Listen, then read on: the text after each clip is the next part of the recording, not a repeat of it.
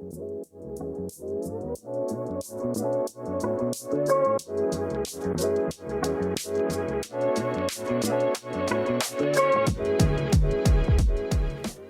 and welcome to Season 2 of Toward a More Just Future, a podcast from Rutgers School of Social Work.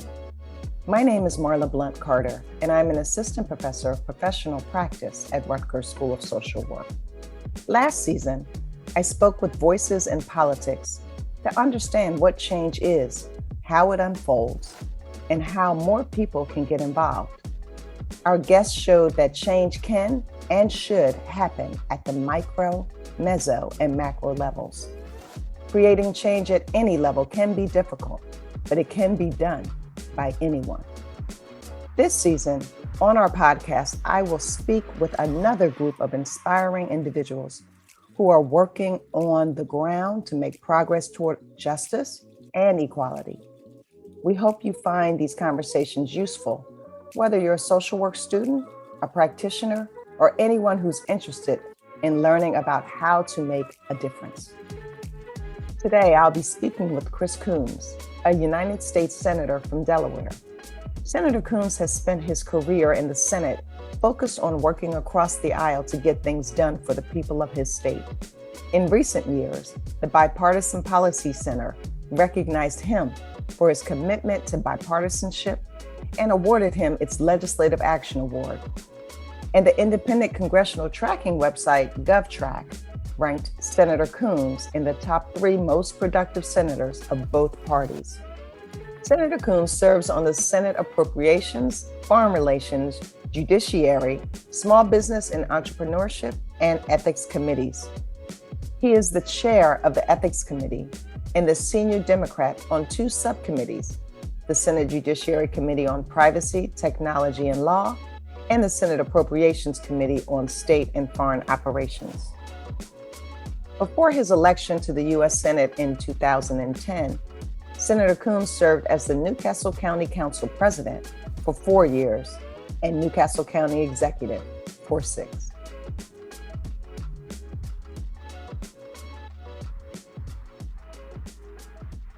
Senator Coons, thank you so much for joining us today. And I just really appreciate you doing this for our listeners, for our students, for social work as a profession. You're somebody that I admire, I appreciate, and I just wanted to have you join. Thank you for taking the time. And I know time is valuable because this is a very busy time for you. So thank you. Thanks, Marla. It's great to be on with you. I appreciate everything you've done for our state, for our community, for the profession of social work, and the ways in which you've contributed back to your work in the Biden office, to your leadership on the Obama campaign, to your very hard work elevating family members and our community, and the way that you continue to be a role model for work-life balance and for effective engagement, mentoring, leading, and demonstrating what it means to be a person of vision in the midst of very difficult times. All of that is a great blessing. So I appreciate the chance to be in conversation with you this morning. Wow, thank you. And good night, folks. No, that was fantastic. A great commercial. Send them out, right? Yeah. So let's go back to the beginning. Did you always want to be in politics? Like, were you a child thinking of service, or is this something that came to you later? What was the catalyst? Well, those are 2 distinct questions. Did you always want to be in service? Yes. Did you always want to be in politics? No. There were no role models in my life for service in politics. My parents were not political people. They were Republicans. They were sort of moderate suburban Republicans, but they didn't really think of elected office as something anyone they'd ever met had ever done. But from very early on, we moved to Hockessin when I was 6. We found a strong church. We found a strong Boy Scout troop. And both the youth program in my church, Red Clay Presbyterian, and the programming I got through Boy Scout Troop 803, looking back on it, really emphasized the value of community and of giving back to each other and of being a servant to others. I had a fantastic youth pastor at my church. I had a great troop master. And at that critical age when you're like, 9, 10, 11, 12 as a young man, my family went through some really hard times, and I was blessed to have really good role models who pushed me to think about being of service and being purposeful and caring for others. I also had great role models in my parents. My dad volunteered in prison ministry in Smyrna at what is now Vaughn Correctional Center, and brought home a convicted murderer who spent furlough weekends with our family for a critical year of our lives. And my mom welcomed refugees and volunteered at Emmanuel Dining Room. Neither of them ever really sat me down and said, like, this is how we show our faith. They weren't very preachy people. And when I have later in life asked them about that, they just were like, well, that's just sort of what you do. But as an older man thinking about my own kids in our community, I realized that Vacation Bible School and Sunday school and my troop and my neighborhood, and then what I saw my parents doing, helped me feel that our purpose in life is to be of use and of benefit to others in need. And when we went through a period of real need, our neighbors and our community and our church helped us. That's how we got through it. So look, my second grade teacher at Yorkland Elementary, her nickname for me was Senator. So others may have picked up on this. But I really thought I might be a professor or a teacher, and I might well be a preacher. I went to divinity school, and I wrote an undergraduate thesis and was very interested in something where I would make a life out of engaging with others in dialogue and trying to be all about values and improving the lives of others. Well, you are a teacher. Many people watch you and learn from you. And I personally think that you are both a preacher and a teacher on the Senate floor. You have the reputation of being someone that can work across the aisle, just the poster child for bipartisanship. And I wonder, has that been challenging? Not just now, but at the beginning. You served during the time of 3 historic presidencies, right? You have President Obama, the first African-American president, and then the historic presidency of Donald Trump at a time where this country became very divisive. And now I say historic when it comes to Joe Biden, because he's our very own Delaware's favorite son, and he's leading in a very difficult time during a pandemic. So, is it challenging being bipartisan and not just standing on what is right, but trying to get others to come along? How do you do that? How are you successful? Well, first, it's my job. It's what Delaware elected me to do, is to not just give speeches on cable TV and fulminate on Twitter, but to actually move the ball and get things done. And much of the period that I've been in the Senate, the Republicans have been in control. And moving legislation at all requires getting Republican buy-in and support over the arc of the last 11 years that I've been serving. I also spent the first decade of my elected life in county government, where you couldn't really predict who the good guys and bad guys were and who was willing to work with you and not work with you based on party. Look, county government, like most local governments, is as much about fixing combined sewer overflows and helping neighbors be neighbors and improving police and paramedic response time and improving 911 call quality and supporting the volunteer fire service. I mean, I worked on a lot of issues that really weren't ideological. They were just about executive effectiveness and the values that you bring to building community. First, second, look, I got to the Senate, and Tom Carper was my senior senator, and did a lot of, introductions and sort of role modeling. And our president, Joe Biden, when he was a senator, was someone who invested a lot of time and effort in working across the aisle, famously with Jesse Helms, for example, on the Foreign Relations Committee. And so I got a lot of input from Delawareans and from Carper and Biden about, here are the things you should do. Travel overseas with bipartisan groups. You'll see the world differently, and you'll see our country differently. Be active in the weekly Senate prayer breakfast, which I have been now for more than a decade. And that is a special place where we reveal ourselves to each other, and we put down the tools of partisanship for an hour a week. But I've had some remarkable experiences from that. And then the other, Carper in particular pushes me on this, is to work out in the gym. There's a gym that is for senators only. And I got to tell you, there are some remarkably blunt conversations. Those are the only three spaces I know of where we get together and there's no staff, no lobbyists, no media, no, we're not on cable. But for that, so much of our work lives has become sharply polarized because we don't move our families to Washington anymore. We spend very little time together. We used to have regular bipartisan lunches when President Biden was Senator Biden. Those stopped just about 2008, 2009. And so our caucuses meet separately Tuesday, Wednesday, Thursday. And we then all run around, being on cable shows and raising money. And we do not invest enough time in coming together. Part of what has made it harder is that the parties have sharpened and hardened in their positions. When I first got there, there were more like a dozen senators who were in the middle, genuinely in the middle, and now there's very few. The most liberal Republican is more conservative than the most conservative Democrat. And across a dozen different issues, we no longer have some of that overlap. That's made it harder. And just the pace and the tenor and the tone, the extremes in the House have gotten much more extreme. The extremes in the Senate have gotten more extreme. And the role of the party has weakened dramatically. In the time that I've been there, there's been a series of Republicans elected to the Senate who just openly thumb their nose at their leader.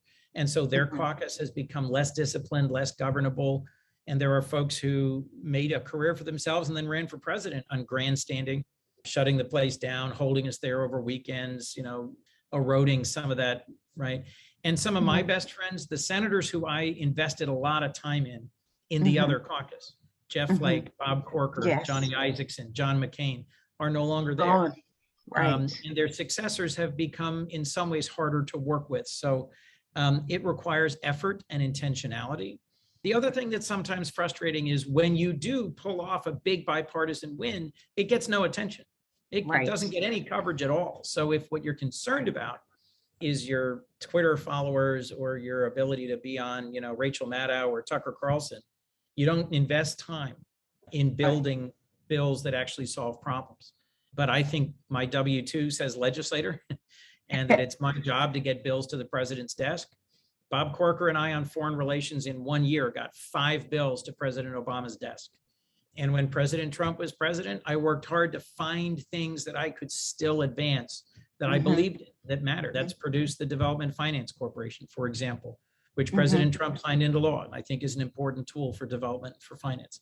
Anyway, it's gotten harder. No, I mean, you can go on and on about that because and I think you should, because I think a lot of people need to hear, that hard work has paid off. You're not just out there, fighting against individuals that don't want to work to meet you in the middle. You have had some successes when it comes to the bipartisanship, but the challenges still exist. And right now, what we're seeing with voting rights, women's rights, every rights imaginable, social rights, racial injustice. Listen, the committees that you serve on, man, I mean, they're just like the hottest ones right now. You have the Judiciary Committee. You guys were responsible for what's happening in the Supreme Court right now. The composition of the Supreme Court, it comes through you, through the Judiciary Committee. You have the Foreign Relations Committee. You're on that committee. Tomorrow, I believe it's tomorrow, it's on your schedule, where you begin hearings on the withdrawal from Afghanistan. Your subcommittee on privacy, when it comes to dealing with the misinformation that occurs on social media, and just, the lack of accountability when it comes to that whole area of our world that all of us are a part of. You have a lot on you. I'm clear. What's the self-care? I mean, I've heard you speak of your faith. I've heard you speak of working out with Senator Carper. And I know that you spend a lot of time with your family, your wonderful kids, even though they're off now to college. And congratulations on 25 years of marriage to Annie. I know it's this year. And happy birthday. I know that just passed. So all of that. How do you celebrate life instead of becoming just like despondent because of all of the pressure? How do you do that? Well, it's a genuine struggle. I spent this last weekend with my wife and twin boys out at Notre Dame visiting Jack. And, it's a challenge. You never stop as a parent. When on the flight back, we were with a family that had very, very little kids, and they were crying and screaming. And they were at that stage where it's very physical, and Right. we're keeping binkies in mouths and bottoms wiped and diapers changed, and Yes. everybody moving in the right direction is a very demanding, very physical thing. And as Right. they get older, it becomes more of a moral and a time thing. But, when they need you, they need you. And whether they're willing to sit down and talk at 2 a.m. or at 6 a.m. or not at all, you have to be present, and you can't replace being present with a weekly text. And I am trying to invest the time in my marriage and my relationship with my 3 children. We lost my father-in-law, I guess 6 weeks ago now, my stepfather last year, and my father 4 years ago. And so the combination of those 3 really important men in my life, role models and people I really care deeply for, working through their passing, and then working through our becoming empty nesters for the second time, as all 3 of our kids went back off to college just in the last few weeks. It means there's a lot going on. There's a lot of change. And so making time to be home and to be present and to turn off the phone and to focus is a real challenge. Making time for my faith and for my faith relationships, when so much of worship in the last year and a half was virtual, and my own home congregation's been going through some genuine transitions, unexpected transitions in leadership. It is a real struggle. And I find I am so engaged in and dedicated to my work at times that the thing that suffers is me. But if it's my family and my work, and the thing that gets the least attention is me, I can sustain that for brief periods, but you can't sustain that for long periods. And for folks in social work, it's important to hear that the journey of service is not a solo journey. And you need to find and sustain friends and partners who you can be present for, but who are also able to sit you down and say, hey, haven't heard from you, haven't seen you in a while. How are you doing? And let's get some time together. And the challenge of this job is that, I have no hobbies left at all. And I have tried to hang on to a network of a dozen real friends, but politics has creeped in. One of the things my high school class is about to have their 40th reunion, and I'm wrestling with whether to go, because I have several classmates who just tear me up on social media. I mean, just nasty stuff. And part of me thinks, I don't need that. I don't need that. So the circle of who you engage with tends to tighten, and you tend to bunker. My job is different than I think many folks would expect, in that I literally cannot walk my dog, go to church, or go to the grocery store without 5 or 6 people, at the end of church service one week, our then pastor, our former pastor, literally said, folks, would you let him leave without, there was this line forming behind me of 7 people who wanted to talk to me because they wanted to give me their input, and he was like, just let the man have 1 hour. And it's okay. I understand it. I volunteered for it. It is part of it. But I was out walking my dog at, 10 o'clock at night the other night, and this car pulls up, and the guy leans over and he jumps out. He starts talking at me. And I thought that is one of the challenges. It has made me retreat a little bit from public space, that there are so many people with such strong opinions who really want to weigh in. And that's a challenge, because the best part of being elected is diving in and is being open. The best part of the weekend in some ways was that I got to speak to a group of 30 students at Notre Dame, the college Republicans, the college Democrats, a group called Bridge ND that's trying to help them hear each other, and then a whole bunch of other non-combatants, and be very vulnerable to them about what it means to choose a life of service, whether it's in social work or teaching, whether it's in ministry or in politics, or just trying to be a good parent and citizen. Service is the calling that we need more of us to hear. But it is a calling that is not sustainable unless you really hold yourself accountable to caring for yourself and for the relationships that define you. Absolutely. That's why I asked you about self-care. Being the sister of someone that also serves in Congress, and knowing all of the asks that she manages daily, I know that she reaches out to you, you reach out to her, and that support is there, because you understand each other's realities. And I also know that we share a fondness for the late Congressman John Lewis. I went on the pilgrimage to Selma with Congressman Rochester. I think it was 2019. It was 2019. It was three months before I had my stroke.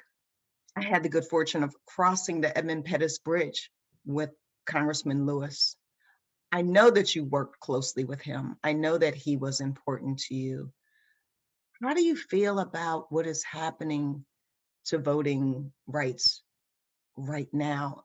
Do you feel a sense of responsibility or obligation to him? Interesting question. Threefold answer. First, John is someone who I spoke about this weekend as one of the few living saints I've met. And I mean that intentionally. Yeah. John Lewis was an historical figure, somebody who was world historical, someone who couldn't walk down. I mean, what I was just saying. Yes. You got to be kidding. Couldn't happen. Yeah, right.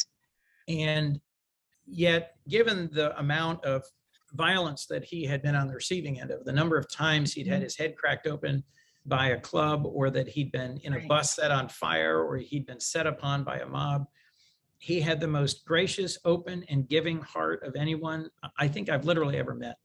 He had a sense of humor. He had a sense of joy. He was able to dance. He was able to laugh. And yet he had a ferocity about his insistence on righteousness. And that is what you're drawing me to. I have said to a number of folks in my caucus and the other caucus that voting rights is the one thing that I think is unusual and exceptional and worth our having a serious fight about, which we are about to do when we get back this week. Senator Manchin is supposed to reveal to all of us what it is he's willing to fight for and vote for. He is a former Secretary of State of West Virginia. He has not casual opinions about voting, and he is going to try and move forward something that, and I haven't been let in on the details of this, but Stacey Abrams and I have talked through kind of where we are and where we're going, what's happening in Georgia, what's happening in Texas, what's happening in my caucus.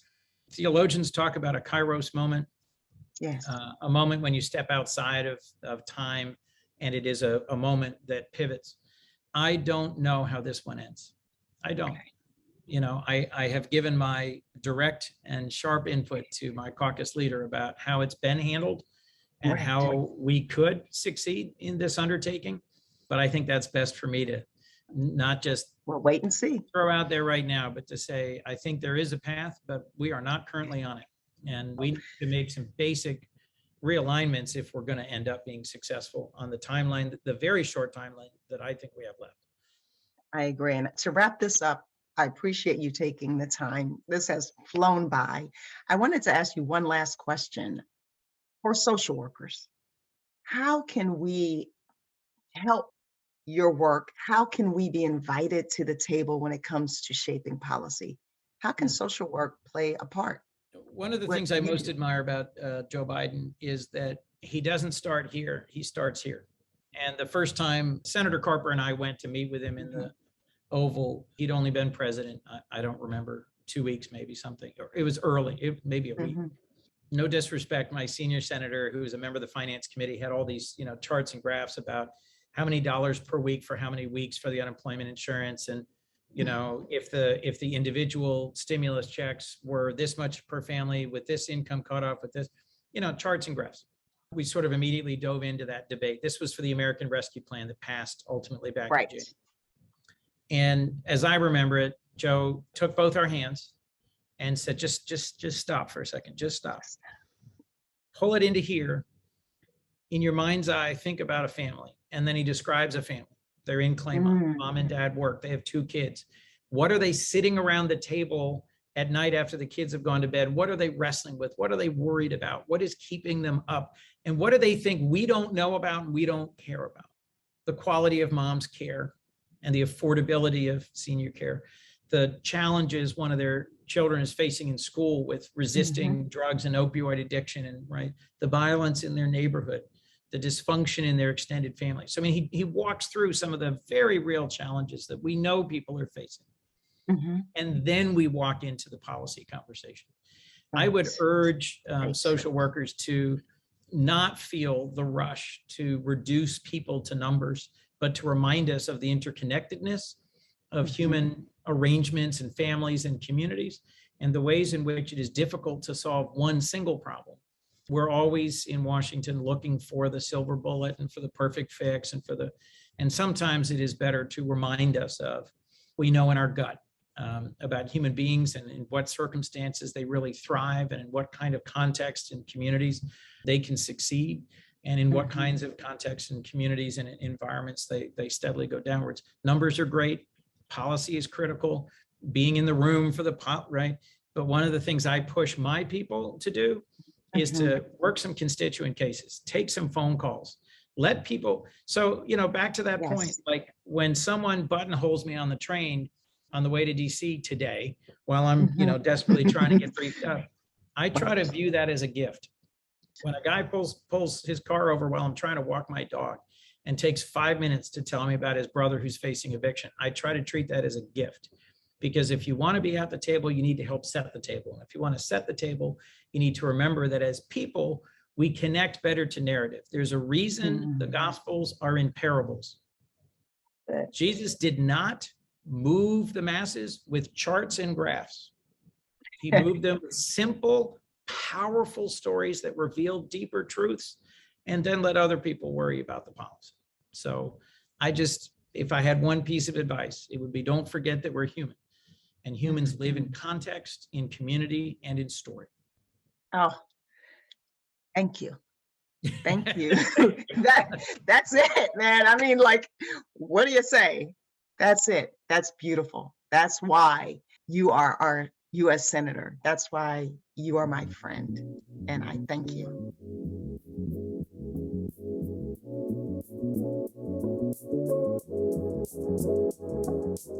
This season is about talking with people who are on the ground making progress toward a more just future. Senator Coons illustrated this through his effort and intention in his work. Work in the public as an elected official, and personally as a father, husband, and friend. We shared how a life of service is a journey that needs to be sustained with care and with relationships that can build and provide for one another. This is social work. Social workers are called to their communities, both locally and globally, and are needed in policy to establish the context and narrative of the individuals we are all looking to serve. As the senator said, we need to help set the table, to sit at the table.